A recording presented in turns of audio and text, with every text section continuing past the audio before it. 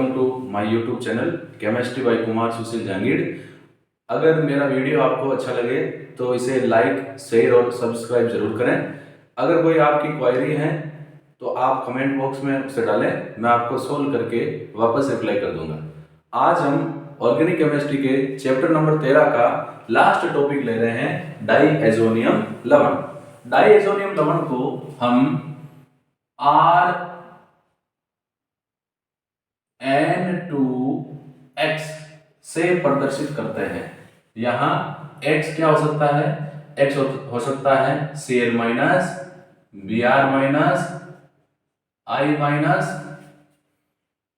HSO4 minus, यह हो सकता है BF4 माइनस। अगर हम डाईएजोनियम लवण के नामकरण की बात करें तो यहां जो R समूह होता है, ये कौन सा समूह होता है? एरिल, या एरिल को और क्या नाम दे सकते हैं? बेंजीन। तो R क्या हो जाएगा? बेंजीन। N2 क्या बोलेंगे? डाईएजो, या N2 प्लस होता है और H पर माइनस, तो बेंजीन डाईएजो, क्योंकि प्लस है तो हो जाएगा डाईएजोनियम। अगर Cl है तो Cl के लिए हम क्या लिखेंगे? क्लोराइड। Br है तो क्या लिखेंगे? ब्रोमाइड।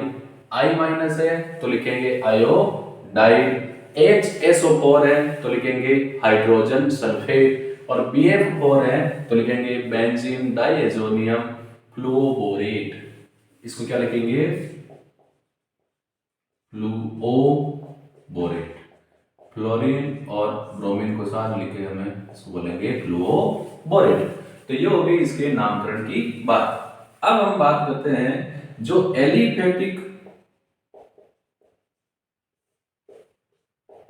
डाईएजोनियम लवण है,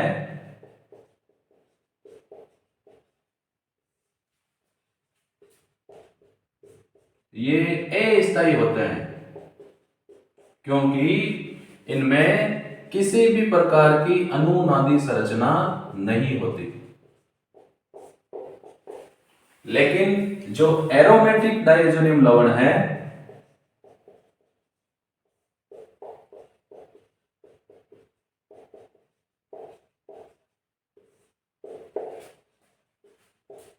ये स्थायी होते हैं क्योंकि ये अनुनादी संरचनाएं प्रदर्शित करते हैं। तो हमने क्या रिजल्ट निकाला है कि एलिफेटिक डाईएजोनियम लवण अस्थायी होते हैं क्योंकि ये कोई अनुनादी संरचना प्रदर्शित नहीं करते हैं, जबकि एरोमेटिक डाईएजोनियम लवण स्थायी होते हैं क्योंकि इनमें अनुनादी संरचना होती है। तो हम एरोमेटिक डाईएजोनियम लवण की अनुनादी संरचना पढ़ते हैं। तो हमने ये ले ली बेंजीन वाले। डाईएजो है तो दो नाइट्रोजन होंगे, पहला नाइट्रोजन और दूसरा नाइट्रोजन। ये दोनों नाइट्रोजन आपस में ट्रिपल बॉन्ड बनाएंगे। इस नाइट्रोजन के पास बाइकम कोष में 5 इलेक्ट्रॉन होते हैं, 3 यहां दे दिए तो एक लोन पेयर बच गया।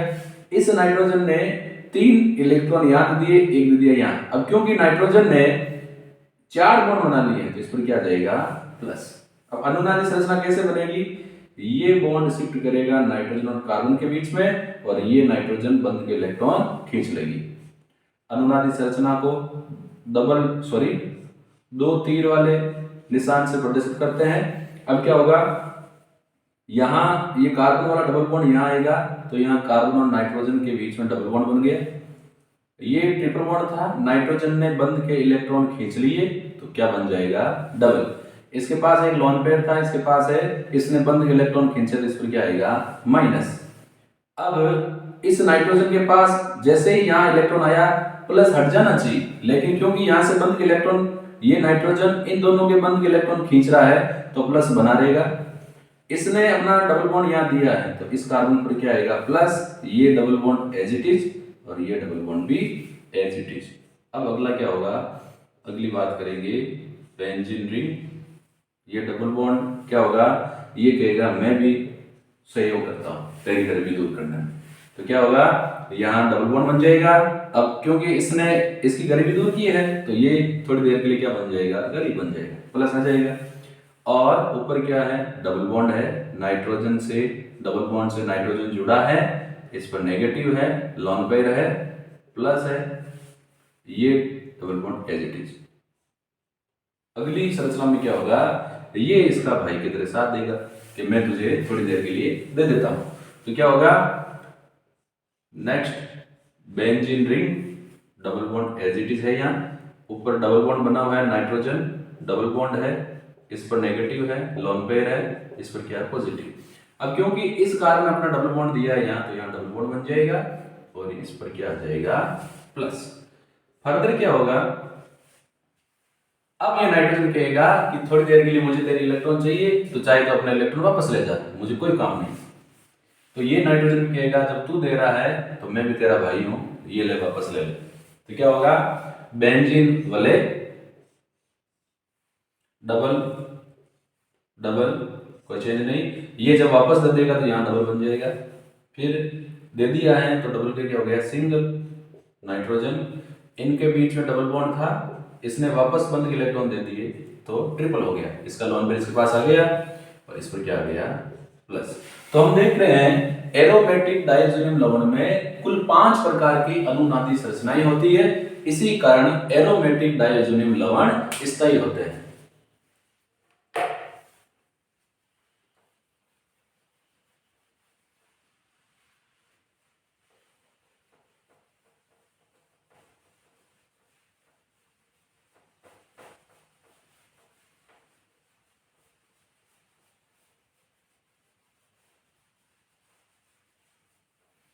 अब हम ले रहे हैं डायज़ोनियम लवण के निर्माण की विधि। तो इसका हम पढ़ रहे हैं निर्माण। तो निर्माण के लिए एक प्रोसेस है, इसके लिए हम काम में लेते हैं जो अभिक्रिया है उसका नाम है डायएजोनीकरण। डायएजोनीकरण, डायएजोनीकरण में क्या करेंगे, हम काम में लेंगे एनिलीन, ये हो गया एनिलीन।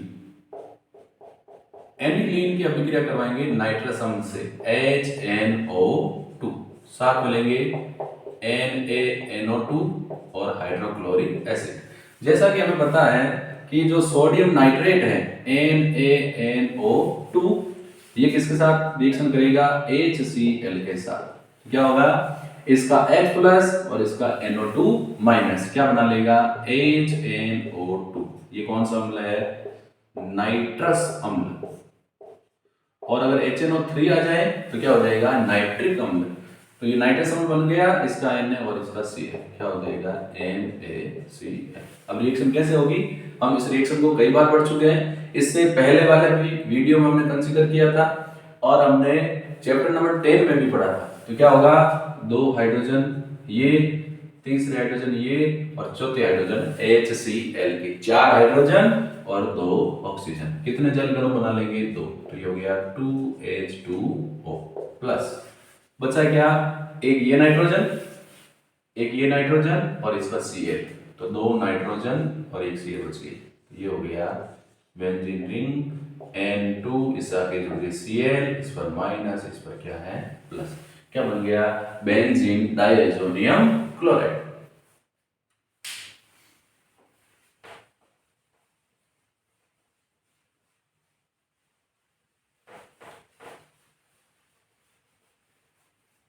अब हम बात कर रहे हैं डायज़ोनियम लवण के भौतिक गुणों की।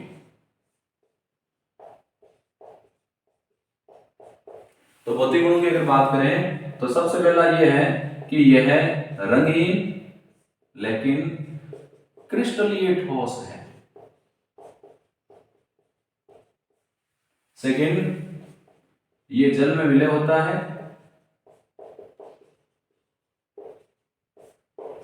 और ठंडे जल में स्थायी होता है।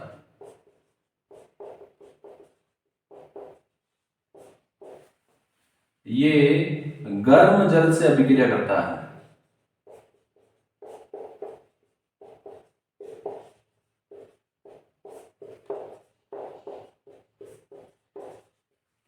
लेकिन जो बेंजीन डायज़ोनियम फ्लुओबोरेट होता है, ये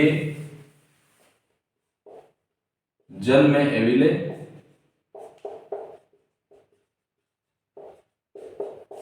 और रूम टेम्परेचर पर, कमरे के ताप पर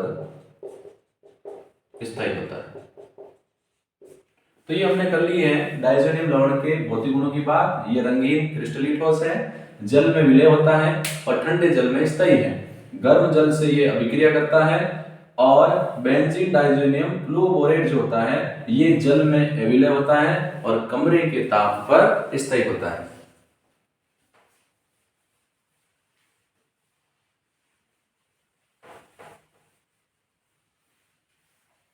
अब हम बात कर रहे हैं डायज़ोनियम लवण के रासायनिक गुणों की, जिसमें हम लेंगे रासायनिक अभिक्रियाएं।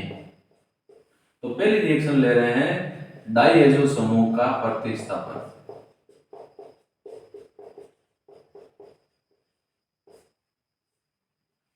डायज़ो समूह के प्रतिस्थापन में फर्स्ट का पहला ले रहे हैं हेलोजन व साइनाइड द्वारा प्रतिस्थापन।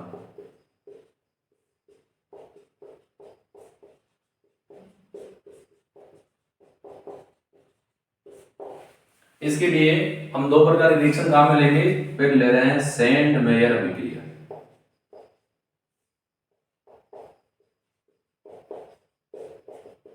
ये रिएक्शन हमने चैप्टर नंबर 10 में हेलो एरीन बनाने की विधि में पढ़ी थी। तो सेंड मेयर अभिक्रिया हम क्या काम में लेंगे, बेंजीन डायज़ोनियम हैलाइड, ये हमने ले लिया है। इसकी रिएक्शन करेंगे कॉपर हैलाइड से। तो हमने जैसे ले लिया Cu2Br2, साथ में क्या ले लेंगे HBr। तो क्या होगा, जैसा कि मैंने आपको बताया है कि अगर हम डायज़ोनियम लवण को गर्म करके यानी हीट देंगे तो नाइट्रोजन N2 गैस के रूप में बाहर निकल जाएगा। अब क्या होगा, यहाँ का H और यहाँ का X क्या बने रहेगा HX, और ये Br कहाँ चली जाएगी सीधी बेंजीन वाले पर। क्या बन गया hello benzene, sorry hello bromine. और क्या कर सकते हैं, हम इसकी जगह ले सकते हैं Cu2Cl2 और आगे क्या ले सकते हैं HCl। तो क्या होगा, हीट देंगे तो बेंजीन रिंग, ये Cl आ जाएगी सीधी बेंजीन रिंग पर Cl, ये N2 निकल जाएगा नाइट्रोजन गैस के रूप में, प्लस यहाँ की H और यहाँ की X क्या बना लेगी HX। इसके अलावा हम साइनाइड भी ले सकते हैं। तो हमने लिया कॉपर साइनाइड CuCN और साथ में क्या लेना है HCN। तो इसमें क्या होगा, साइनाइड चला जाएगा सीधा बेंजीन रिंग पर, प्लस N2 नाइट्रोजन के रूप में निकल जाएगा, प्लस ये जो H है इसके X को ले जाएगा, क्या हो जाएगा HX। तो अगर कॉपर ब्रोमाइड और HBr से रिएक्शन करवाएंगे तो ब्रोमोबेंजीन, कॉपर क्लोराइड और HCl से करवाएंगे तो क्लोरोबेंजीन, कॉपर साइनाइड और HCN से करवाएंगे तो साइनोबेंजीन प्राप्त होता है। दूसरी ले रहे हैं रिएक्शन घाटरमान अभिक्रिया।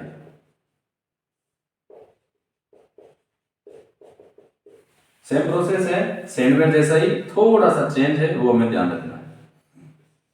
हमने ले लिया benzene diazonium halide experiment.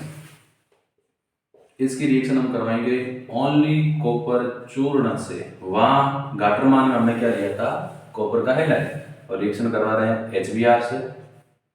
Second हम ले रहे हैं वही कॉपर का चूर्ण, रिएक्शन करवा देंगे HCl से। थर्ड हम वही लेंगे कॉपर का चूर्ण और रिएक्शन करवा देंगे HCN से। तो क्या होगा, जैसे रिएक्शन करवाएंगे बेंजीन से जुड़ी हुई N2 नाइट्रोजन के रूप में निकल जाएगी, HBr का H और इसका X क्या बना लेगा HX, और साथ में जो Br है वो आकर कहां जुड़ जाएगी बेंजीन रिंग से, क्या बन गया ब्रोमो बेंजीन। अब जब HCl से रिएक्शन करवाएंगे तो जाहिर सी बात है Cl कहां जाएगा सीधा बेंजीन रिंग पर, यहाँ का H और यहाँ का X क्या बना लेगा HX, और N2 नाइट्रोजन गैस के रूप में बाहर निकल जाएगा। कॉपर चूर्ण के साथ साइनाइड से HCN से रिएक्शन करवाएंगे तो क्या होगा साइनाइड बेंजीन रिंग से जुड़ जाएगा, बना लेगा साइनोबेंजीन, N2 नाइट्रोजन गैस के रूप में अलग हो जाएगा और इसका H और इसका X क्या बना लेगा HX। तो अगर हम गाटरमान और सैंडमेयर अभिक्रिया की बात करें तो थोड़ा सा इसमें चेंज है। सैंडमेयर अभिक्रिया में हमने क्या किया, यहाँ हम कॉपर का हैलाइड लेते हैं Cu2H2, जैसे Cu2Br2, Cu2Cl2। लेकिन गाटरमान अभिक्रिया जो है इसमें हम क्या ले रहे हैं, कॉपर का चूर्ण। केवल इतना ही अंतर है, बाकी सेम प्रोडक्ट मिलेंगे और सेम टाइप की रिएक्शन हो रही है।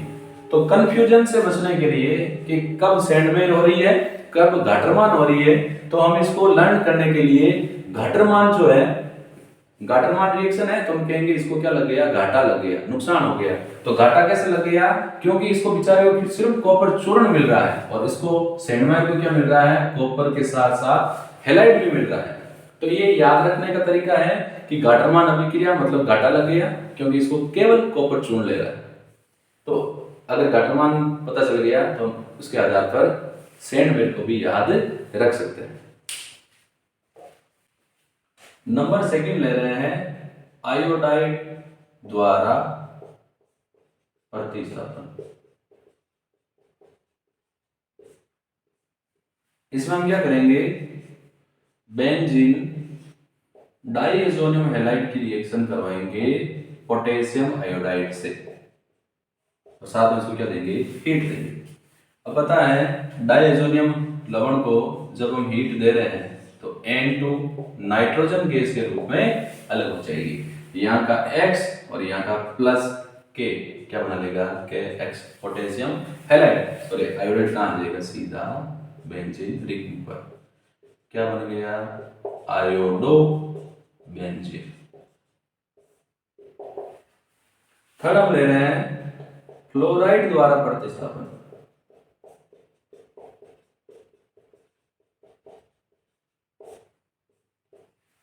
तो फ्लोराइड द्वारा प्रतिस्थापन के लिए हम क्या करेंगे, हम लेंगे बेंजीन डाइएजोनियम हैलाइड,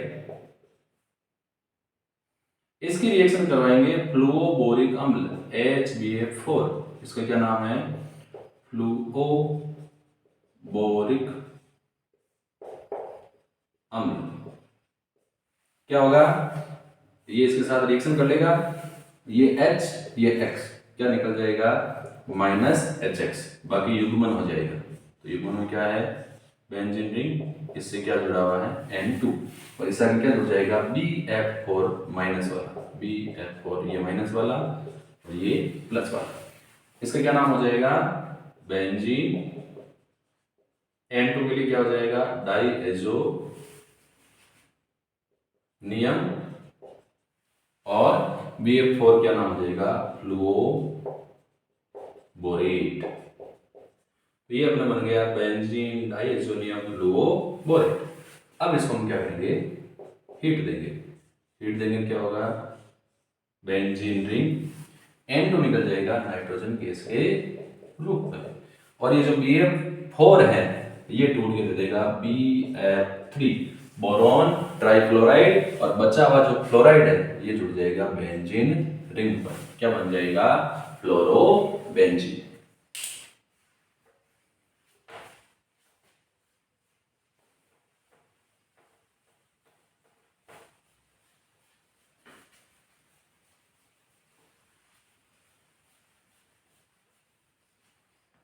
नंबर 4 हम रिएक्शन ले रहे हैं हाइड्रोजन द्वारा प्रतिस्थापन।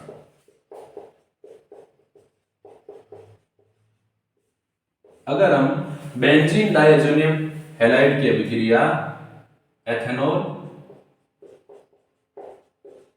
या हाइपोफॉस्फोरस अम्ल H3PO2 से करवाएं तो हमें एरीन या बेंजीन प्राप्त होती है। बेंजीन कहें या एरीन कहें सेम चीज है।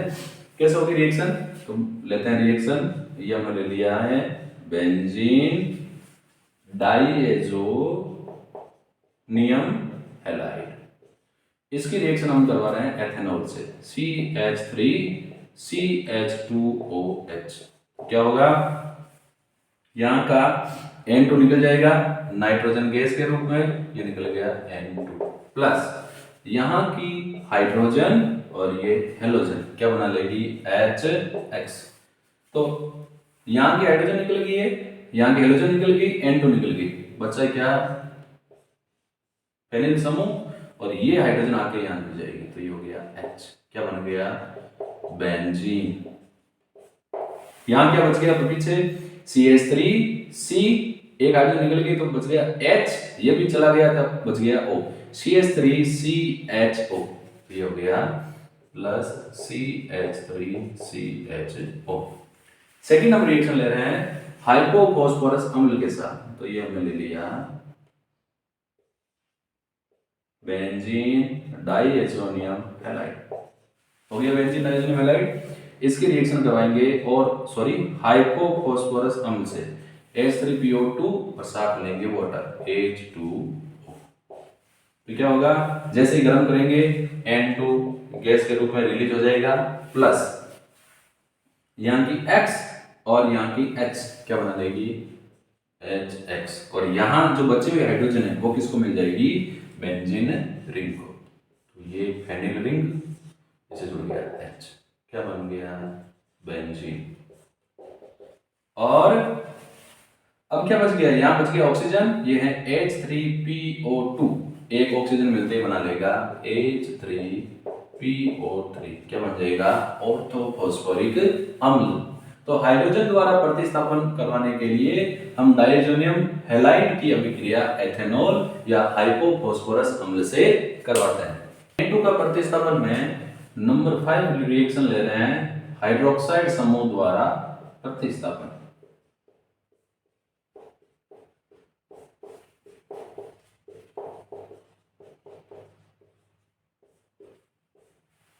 इसके लिए हम क्या करेंगे, ये रिएक्शन हमने फिनोल निर्माण की विधि में पढ़ रखी है, हम लेंगे बेंजीन डाइएज़ोनियम हैलाइड, इसकी रिएक्शन हम करेंगे वाटर से, साथ में हीट दे रहे हैं, तो बेंजीन डाइएज़ोनियम हैलाइड जल अपघटित होकर क्या देगा फिनोल, तो क्या होगा मैंने बताया था कि डाइएज़ोनियम लवण को हीट करते ही क्या निकल जाएगी N2 किसके रूप में नाइट्रोजन गैस के रूप में, यहाँ का H और यहाँ का X क्या बना लेगा HX, OH कहाँ जाएगा सीधा बेंजीन को लेकर, तो ये बेंजीन रिंग और इसे कौन जुड़ जाएगा OH, क्या बन गया फिनोल।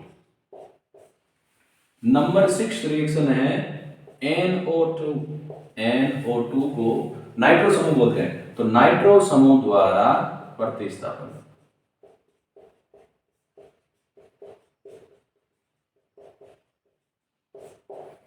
इसके लिए हम वापस वही रिएक्शन लेंगे जब हमने फ्लोरोबेंजीन बनाया था, तो उसमें हमने क्या किया था बेंजीन डाइएज़ोनियम हैलाइड लिया था, इसकी रिएक्शन हमने करवाई थी HbF4 फ्लुओपोरिक अम्ल से, तो यहाँ क्या हुआ था यहाँ की H और यहाँ की X क्या बना लिया -HX, बच क्या गया उसको जोड़ते हैं बेंजीन रिंग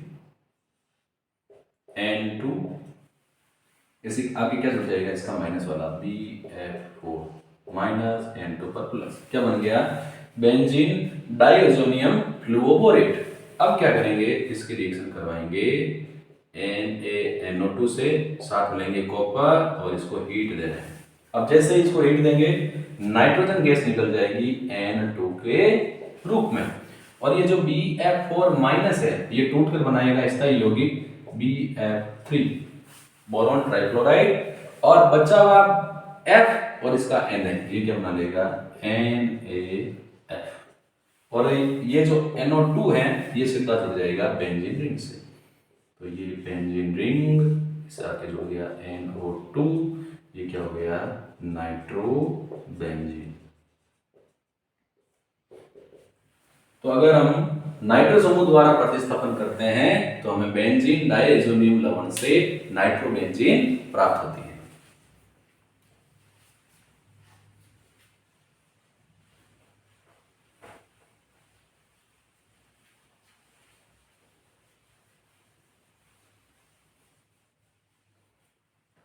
अब हम डायजोनियम लवण की सेकेंड टाइप रिएक्शन ले रहे हैं युग्मन अभिक्रियाएं।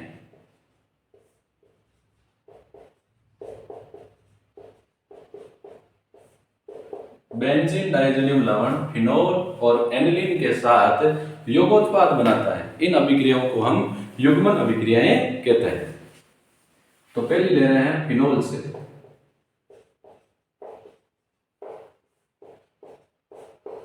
तो हमने ये ले लिया बेंजीन डायजोनियम हैलाइड। इसकी रिएक्शन किससे करवा रहे हैं? फिनोल से। प्लस तो ये हो गया अपना OH फिनोल, और हमें पता है OH के अलावा हर कार्बन पर हाइड्रोजन जुड़ी हुई है। तो क्या होगा, यहाँ का H माइनस और इसका H प्लस, ये क्या निकालेगा? Minus HX। आगे क्या बन जाएगा? जोड़ देंगे। क्या है अपने पास? Benzene ring. ये देखें बेंजीन रिंग, इसके बाद कौन है? N2। तो इसको थोड़ा ओपन करके बना देते हैं, N डबल बॉन्ड N। फिर इससे कौन जुड़ा हुआ है? सीधा फिनोल। तो फिनोल रिंग, और इससे कौन जुड़ा हुआ है? OH। यहाँ इसका लोन पे, यहाँ इसका लोन पे। अब देखो इसके रेस्पेक्ट में ये ऑर्थो, ये मेटा, और ये क्या है? पेरा। तो पेरा पे क्या जुड़ा हुआ है? हाइड्रोक्सो। तो पेरा हाइड्रोक्सो, सॉरी हाइड्रोक्सी, पीछे क्या रह गया? एजो। देखो तो ये भी एजो बेंजीन, ये भी एजो बेंजीन। तो पेरा, ये भी क्या है? Azo benzene. तो पेरा हाइड्रोक्सो एजो बेंजीन। इसका रंग कैसा होता है? ऑरेंज। दूसरी रिएक्शन हम युग्मन वाली ले रहे हैं एनिलीन से।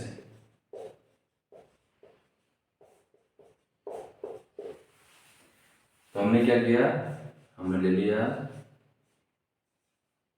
बेंजीन डायजोनियम हैलाइड, इसकी रिएक्शन करवा रहे हैं एनिलीन से। तो ये बेंजीन रिंग, और एनिलीन में क्या जुड़ा होता है?